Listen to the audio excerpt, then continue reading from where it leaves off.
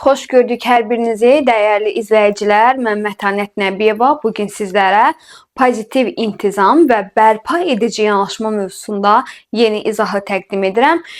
Ümumiyyətlə, biz əgər ənənəvi təlimdə uşaqların başı üzərində xüsusi avtoritar rejimdə dayanırdıqsa, yəni ki, mütləq qaydanı pozdun, cəza almalısan, qaydanı pozduğunu negativ gözləntilərlə yükləyiriksə, pozitiv inam və bərpa edici yanaşmaya görə hər hansı uşaq olsun, gənc olsun, onun davranışlarına cəza vermədən, onu müasir metodlarla, yəni həm hörmət, həm məsuliyyət, həm əməkdaşlıq prinsipləri üzərində formalaşdırmağa hədəfləyən bir yanaşmadır. Yəni qeyd etdiyim kimi biz ənənəvi yanaşmada əgər şagirdlərə negativ yüklənirdiksə, cəzaya meyillik var idisə, artıq burada şagirdin səhvini, pozduğu qaydanı, hörmət, etika və digər dəyərlər çərçivəsində ona başa salmalıyıq ki, bax sənin səhvin budur, bu necə aradan qaldırmaq olar? Gəl köməkləşək bu səhvi aradan qaldıraq ki, bir daha təkrarlanmasın. Yəni cəmiyyətə faydalı bir vətəndaş yetişdirməkdir.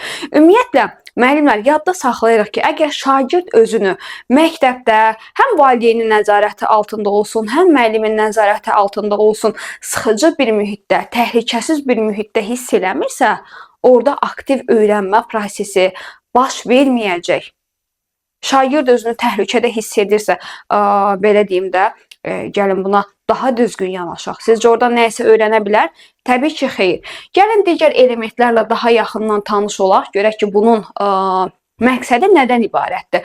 Pozitiv intizam ümumiyyətlə deyir ki, uşağın davranışının arxasındakı ehtiyac və məqsədi anlamağa çalışır. Bax, uşaq var ki, daim istəyir ki, müəllimin diqqəti məndə olsun.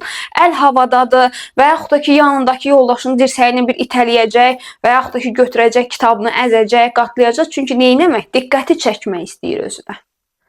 Düzdürmü? Birinci deməli, biz onun davranışın arxasında, məsələn, digər sinif yoldaşlarla yola getmir. Ehtiyacı və məqsədi görə bilməliyik ki, görək bunun ehtiyacı nədir şagirdin? Niyə digər yoldaşlarıyla yola getmir? Və yaxud da ki, niyə tapşırığı yazandan sonra tez-tez yerindən qalxır, yoldaşlarının cavabına müdaxilə edir? Yəni biz həmin o davranışın arxasındakı ehtiyacı və məqsədi görə bilməliyik.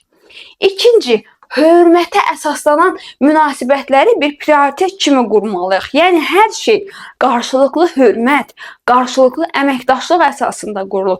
Yəni sən hörmət edəcəksən, hörmət görəcəksən, bunu şagirdin diqqətinə çatdırmaq lazımdır. Düzdürmü? Üçüncü, uşağın qərarlarının nəticələrini anlamağa, məsuliyyət daşımağa təşviq edir ki, yəni, bax, sən başqasını vurursan və yaxud da ki, başqasına mane olursan, bunun məsuliyyəti nədir? Təbii ki, əgər başqasını vurursansa, o xəsarət ala bilər, başqasını öyrənməyinə mane olursansa, bax, o mövzunu öyrənməyə bilər. Bunun məsuliyyəti də kimin üzərindədir? Sənin üzərindədir. Bunu dolayı yolla, müxtəlif vasitələrlə şagirdə təbii ki, aqressiya olmadan, cəza olmadan başa salmaq lazımdır. Və burada şagird deyir, anlayır ki, hər hansı qaydaları güc vasitəsilə deyil, yəni kimisə vurmaq, çaxmaq və yaxud da ki, dağıtmaq vasitəsilə deyil, qarşılıqlı razılaşma yolu ilə formalaşdırırıq. Məsələn, şagird səhv edib, şagirdə cəza vermirik. Danışırıq, söhbət edirik, o negativi bir yerdə aradan qaldırırıq.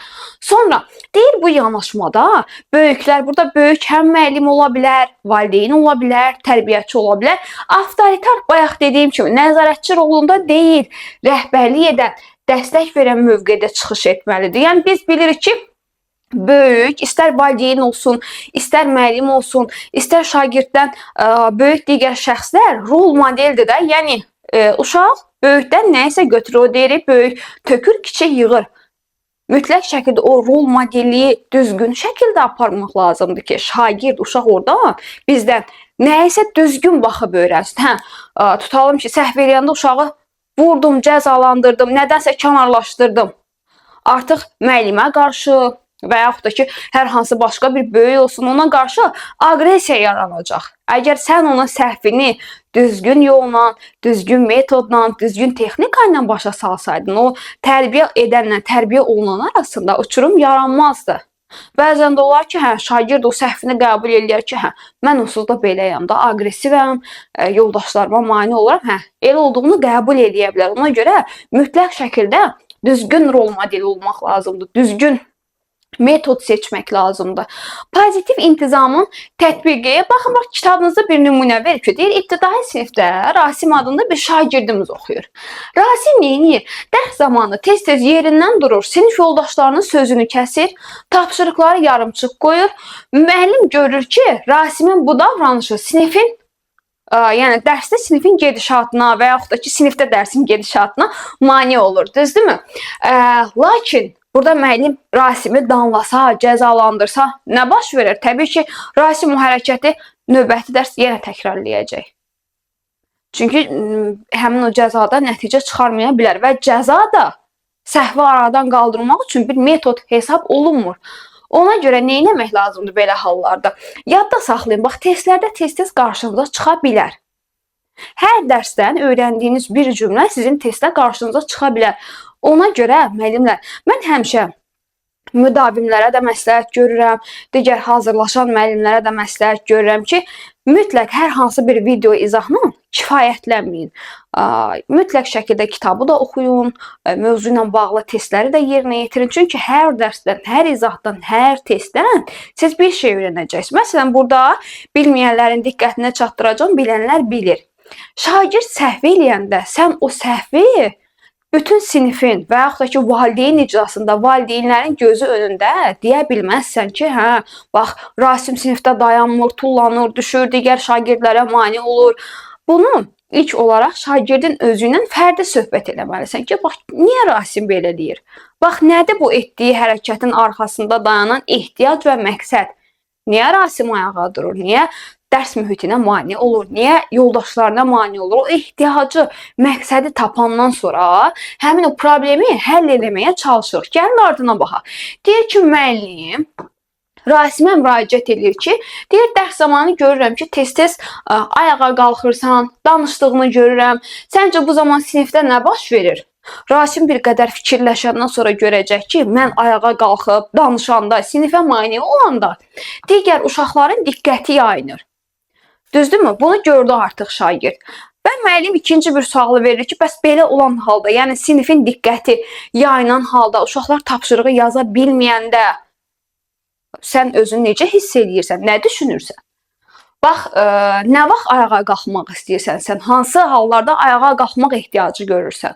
Söhbət zamanı məlum olur ki, bu Rasim olmasın, əl olsun, vəli olsun, heç ayağa qalxmaq deyil, başqa bir problemdir, ucadan danışmaq. Bax, biz onda hər hansı başqa bir fəaliyyəti də edə bilər ki, məsələn, ucadan qışqıra bilər və yaxud da nə bilim, digər yoldaşını vura bilər, itələyə bilər, tapşırığı yazmasına mane ola bilər. Bu sadə nümunə olaraq verilib. Yəni, o qışqırmağın, o sinif yoldaşına qarşı bullying eləməyin arxasında dayanan səbəbi, məqsədi və ehtiyacı tapmaq lazımdır ki, hansı səbəbdən şagird qışqırır sinifdə, ucadan danışır. Deməli, ya özünü sübut eləmək istəyir, ya digərlərinin diqqətini özünə cəlb eləmək istəyir. Bəzən olur da uşaqlar ki, yəni istəyir ki, müəllim tutalım ki, digər şagirdə baxanda ancaq diqqəti məndə olsun. Ona görə əlavə hərəkətlər eləyir. Yəni, bunu məncə hər biriniz müşahidə etmiş olarsınız. Deməli, mahiyyət nədən ibarətdir? Müəllimin diqqəti ancaq məndə olsun, başqalarına baxmasın. Bunda nə etmək lazımdır elə hallarda? Həmin o davranışı müəyyən qədər göz ardı eləmək olar ki, hə, yəni şagirdin bəzi hərəkətlərini görməyə bilərsən. Sonra burada deyir ki, söhbət zamanı nə məlum olur? Rasim tapşırıqları tez bitirib, darıxır və darıxdığına görə diqqətini cəmləməkdə də çətinlik çəkir. Müəllimin bu davranışı problem kimi, yəni önə vermir. Əksinə onun arxasında dayanan ehtiyacı müəyyən edir ki, deməli Rasimin əlavə məşğuliyyətə və diqqətə ehtiyacı var. Rasimə növbəti artıq mərhələdə tapşırığı tez bitirəndən sonra nə edə bilər? Əlavə bir məşğuliyyət tapşıra bilər ki, gəl mənim köməkçim ol. İndi baxaq görək növbəti addımda nədən söhbət gedəcək. Deyir artıq müəllim Rasimlə birlikdə müzakirə edərək belə bir razılığa gəlirlər ki, şagird tapşırığı tez bitirdikdə əlavə fəaliyyət seçəcək. Ya müəllimin köməkçisi olacaq, ya nə bilim digər sinif fəaliyyətlərində iştirak edə bilər, digər tapşırıqlara baxa bilər və s. Deməli, müəllim ona bu razılaşmanın sinif üçün nə qədər faydalı ola biləcəyini xatırladır ki, yəni həm sən darıxmayacaqsan, həm digər yoldaşlarına mane olmayacaqsan.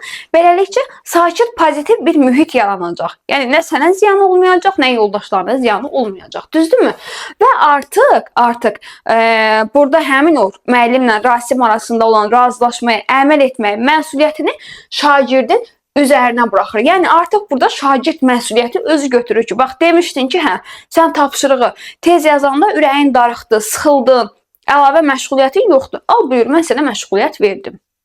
İndi görək bəhanən nə olacaq, düzdürmü? Bəzən oraya şagirdlər çox bəhanə tapırlar. Hə, sən o bəhanəni həll elədin, problemi həll elədin, bax yenə görsən ki, bildiyini eləyir. Məsuliyyət şagirdin öz üzərindədir. Yəni yayınan bəhanəci şagirdlər çox olur. Bunu kurikulum nə qədər inkar eləsə də, müasir təhsil sistemi nə qədər inkar eləsə də, yəni bəzən olur ki, alınmayan da alınmaya bilir.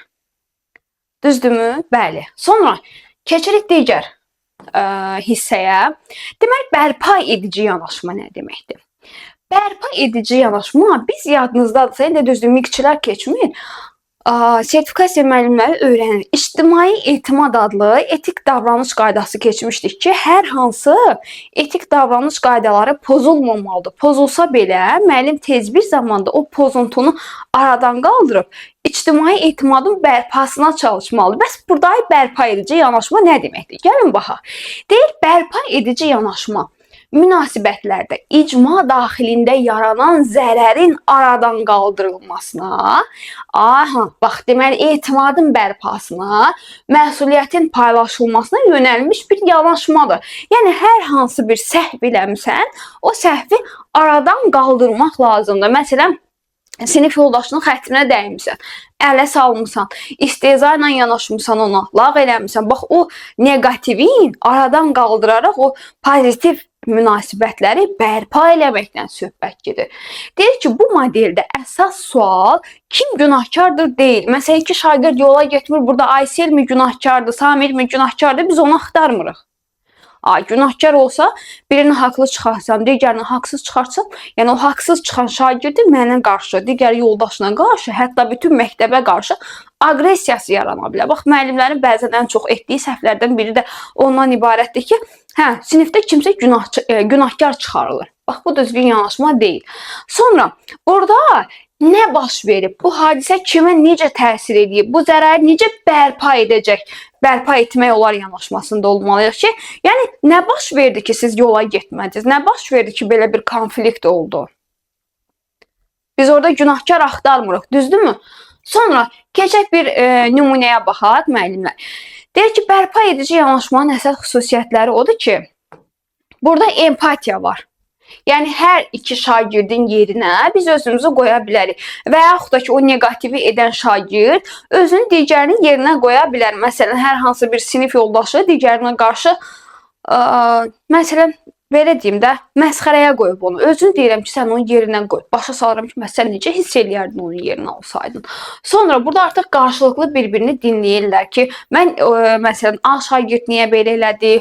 B burada hansı cür özünü hiss elədi, qarşılıqlı dinləyəndə bunu artıq müəyyən etmiş oluruq. Sonra zərər verən tərəfin davranışının təsirini anlamasına şərait yaradır ki, məsələn, sən onu məsxərəyə qoydun, ələ saldın, o motivasiya olaraq, psixoloji olaraq digər şagird çöktü. Dərsə gəlmək istəmir artıq, dərslərini oxumaq istəmir, digər yoldaşlarla ünsiyyətdə olmaq istəmir, yəni özünə qapanıb. Bu kimi təsirləri onun diqqətinə çatdırmaq lazımdır. Sonra zərər çəkən tərəfin də səsini eşidilir ki, yəni necə hiss elədim özümü? Niyə belə olmalıdır? Onun səsi eşidilir. İcma daxilində etibarın, təhlükəsizlik hissinin yenidən qurulması. Axı, şagird bilməlidir ki, məktəb onların ikinci evidir. Müəllim, məktəb onları qoruyur. Əgər bu kimi bullying və negativ hadisələr baş verərsə, şagird özünü təhlükəsizlikdə hiss eləyərmi? Xeyr.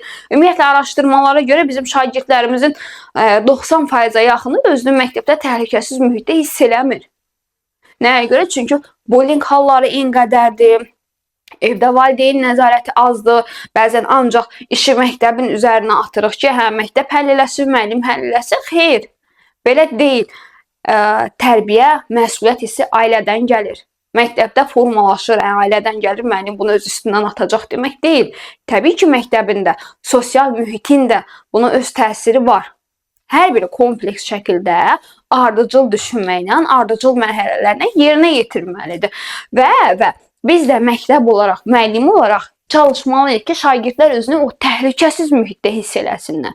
Və bu yanaşma fərdin davranışına görə məsuliyyətindən yayınmasına deyil, şuurlu şəkildə məsuliyyəti öz üzərinə götürməsinə xidmət edir ki, ya bilməmişəm, eləmişəm, yox. Bilmədən elədim, yox.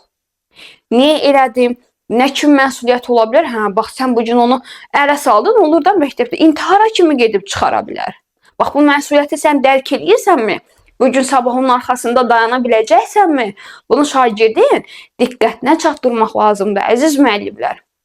Yəni, ancaq məktəb 1-45 dəqiqə, sinifə girdin, çıxdın, bununla yekunlaşmır. Şagirdlərlə psixoloji söhbət də aparılmalıdır, onlara mənəvi dəstək də olunmalıdır. Yəni, hər biri əslində məktəbin də rolu önəmlidir. Bax, bunları nəyə görə diqqətinizə çatdırıram ki, yəni bizim funksiyamız ancaq 1-45 dəqiqə dərs keçməkdən ibarət deyil. Şagirdlərlə əlavə maarifləndirici söhbətlər, eyni zamanda emosional intellekt, yəni bu kimi yanaşmaları mütləq şəkildə onlara başa salmaq lazımdır. Hətta deyir, bullying hadisəsinin baş verməməsi üçün öncədən siniflərdə bullyingin olduğu bir video çarx nümayiş etdirə bilərsən və yaxud da ki, bunlara uyğun bir çarxlar nümayiş etdirə bilərsən ki, şagird görsün ki, nəyin baş verməsində nə yanaşa bilər, nəyə səbəb ola bilər, mənim etdiyim hadisələr nəyə səbəb ola bilər, düzdürmü? Gəlin bir nümunə əsasında baxaq indi buna. Deyir ki, bərpa edici yanaşmanın tətbiqi. Orta məktəbdə 2 şagird var, Aysel ilə Murad. Bunlar yola getmirlər də, arasında mübahisə yaranıb. Murad sinif yoldaşlarının yanında Aysel haqqında istehzalı ifadələr işlədib. Aysel bu vəziyyətdən incinir, özünü təhlükəsizlikdə hiss etmir və bu hal, bayaq dediyim kimi, neyinir? Aysel artıq dərslərdə passivləşir, hətta məktəbə də gəlmək istəməyə bilər. İndi keçək. Burada nə baş verdi? Biz günahkarı axtarmırıq ki, Murad niyə belə oldu və yaxud da bəlkə günahkar Ayseldir. Xeyr, biz günahkar axtarmırıq. Fikirləşir, nə baş verdi? Nə baş verdiyini biz sual verəndə Murad öz davranışını izah eləyəcək ki, niyə istehzalı yanaşmışam, düzdürmü? Daha sonra müəllim ikinci, o belə deyim də, istehzalı yanaşılan şagirdə Ayselə söz verir ki, bax, sənə o istehza ilə yanaşdı, digər yoldaşların yanında bu hərəkət elədi, bu vəziyyət sənə necə təsir edir? Aysel bildirir ki, özümü alçaldılmış hiss eləmişəm və yaxud da ki, nə bilim, narahat hiss eləmişəm, təhlükəsizlikdə hiss eləməmişəm. Bu mərhələdə artıq ilk dəfə Murad neyinir? Davranışın real təsirini anlayır ki, yəni Ayseli psixoloji olaraq çökdürür. Bax, gör, nə qədər negativ, sənin bir zarafat bildiyin, bəlkə də məqsədsiz şəkildə işlətdiyin bullyingdə, bəzən nə bilim, olur məktəblərdə biraz eynəkdən istifadə edən və yaxud da ki, boyu nisbətən kiçik olan şagirdlərə uyğun olmayan ifadələr işlədir. Nə bilim, deyirlər, dörtgöz, balaca boy, bu şəkildə adlandırılır. Bax, bu negativ davranışlardır ki, artıq digər şagird özünü alçalmış hiss eləyə bilər, narahat hiss eləyə bilər. Düzdürmü? Hətta özünə xətər də verə bilər. Mütləq belə halları nə etmək lazımdır? Nəzarətdə saxlamaq lazımdır. Ayselin deməli biz cavabını aldıq. Murad da artıq özünü bir növ belə deyim də davranışını başa düşdü. Müəllim növbəti sualı ünvanlayır ki, bəs bu vəziyyəti biz necə düzəldək? Yaranan zərəri necə aradan qaldıraq? Müzakirə nəticəsində Murad Ayseldən üzr istəyə bilər ki, yəni mən bunu başa düşməyərək eləmişəm, davranışım yanlışdır, gələcəkdə hörmətli olacağam, tək Ayselə qarşı yox, digər sinif yoldaşlarına qarşı və sinif daxilində də qarşılıqlı hörmət, təhlükəsizlik hissini gücləndirmək üçün ümumi qaydalar, yəni bir-birinizə hörmətli yanaşın və s. qaydalara yenidən biz diqqət edirik. Yəni, ümumi desək, bu pozitiv intizamda, bərpa edici yanaşmada artıq hər kəs öz məsuliyyətini dərk etmiş olur. Yəni, o məsuliyyəti üzərindən ata bilmir. Pozitiv şəkildə həll edirik problemi, eyni zamanda baş vermiş o negativin aradan qaldırılması üçün, negativ hərəkətlərin aradan qaldırılması üçün biz bir iş görürük. Məsələn, ənənəvi təlimdə əgər o cəza alırdısa, şagird qorxurdusa, artıq burada məntiqi nəticə ki, nəyin nəticəsində nə oldu? Pozitiv intizam bərpa edici yanaşmada bunları ümumən müzakirə etsək, deyir ki, məsələn, hal-hazırda bu yanaşmalarda şagirdin özü-özünə nəzarət edə bilər. Amma ənənəvi təlimdə necə idi? Kənardan müəllim nəzarət edirdi, cəza verə bilərdi. Daha sonra pozitiv inamda şagirdlərin məsuliyyət hissi olur. Amma digər ənənəvi yanaşmada o qorxu hissindən söhbət gedir ki, qorxub qaydaya əməl edirdi, amma pozitiv intizamda, bərpa edici yanaşmada qorxu yoxdur. Məsuliyyət hissi var ki, yəni sənin etdiyin hərəkət hansı neqativə gətirib çıxara bilər. Sən bu məsuliyyətini daşıya biləcəksənmi? Bunu başa salmaq lazımdır. Yəni uzun sözün qısası, cəza və yaxud da ki, cəzalandırmaq hər hansı bir problemin həlli deyil. Əksinə, cəza gedib daha ağır etaplara, daha ağır hallara, daha ağır fəsadlara gətirib çıxara bilər ki, biz bunu dəfələrlə sosial şəbəkələr üzərindən, hətta öz təcrübənizdə də müşahidə edə bilərsiniz. Daha mülayim, necə deyir, o şirin dil ilanı yuvasından çıxardar. Yəni sən daha mülayim yanaşmalardan, müasir metodlardan, uyğun, yəni uşağın dilini anlamaq lazımdır. Yəni qarşımızda uşaq var, yetişkin bir şəxsiyyət yoxdur. O səhv də eləyə bilər, deməli, belə deyim də, uyğun olmayan hadisələr də eləyə bilər. Onu vaxtında deyir, dəmiri isti-isti döymək lazımdır. Vaxtında o problemləri həll eləməyə çalışmaq lazımdır ki, bugün sabah o biz idrak liseyindəki kimi hadisələrlə üzləşməyək. Düzdürmü? Yenə deyirəm, tərbiyə evdən gəlir. Heç bir valideyn uşağında olan məsuliyyətsizliyin və yaxud da ki, negativliyi gözləməsin ki, məktəb düzələcək, məktəbdə düzələcək, müəllimlər işləməlidir. Xeyr, müəllimin belə deyim də, bir 45 dəqiqə verilir. Bəli, o müəllim həmin 45 dəqiqə ərzində şagirdlə söhbət mi etsin, dərs mi keçsin?